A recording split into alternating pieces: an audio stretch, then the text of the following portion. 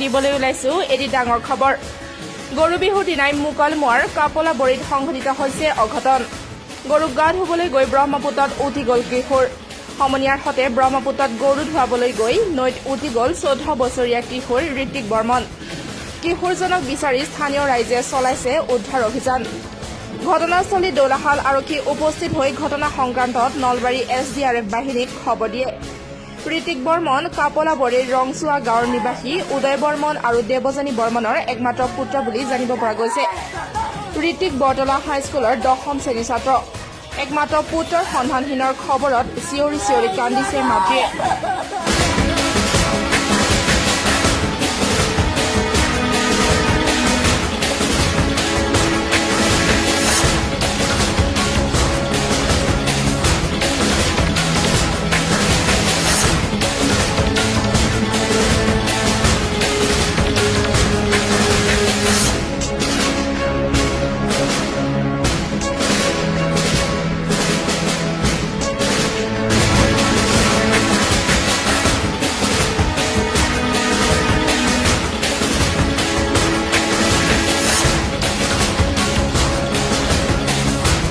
বৰ্মন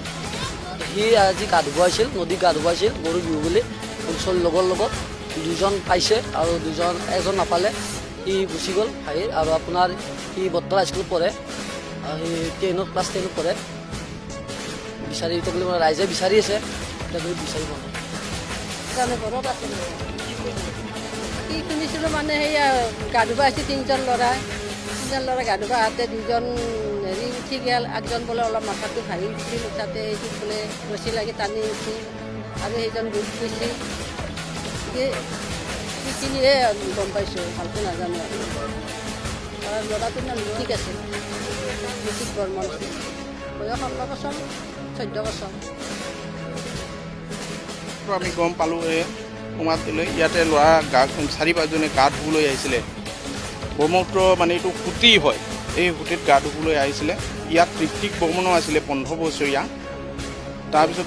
গৰু গা ধোৱাতে ই মানে পৰি গ'ল পানীৰ তলত এতিয়ালৈকে বিচাৰি পোৱা নাই আনকি SDRFকো মাতা হৈছে আৰু আমি চোৱা চিতা কৰি আছোঁ চোৱা চিতা কৰি পেলাই এতিয়ালৈকে পোৱাগৈ নাই আজি ৰঙালী বিহু না আমি মানে গা ধুব যাই আছোঁ মই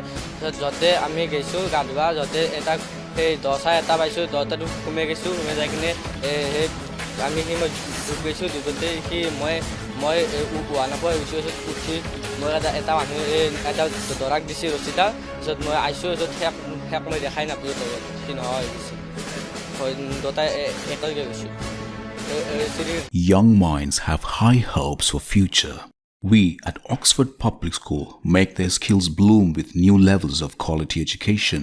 inspiring atmosphere for learning with free moral studies, holistic education, language proficiency, life skill development, add-on programs and personal mentoring. Contact now for admissions to nursery classes up to grade 9. Oxford Public School, Damdama Pada, Nalbari, Assam.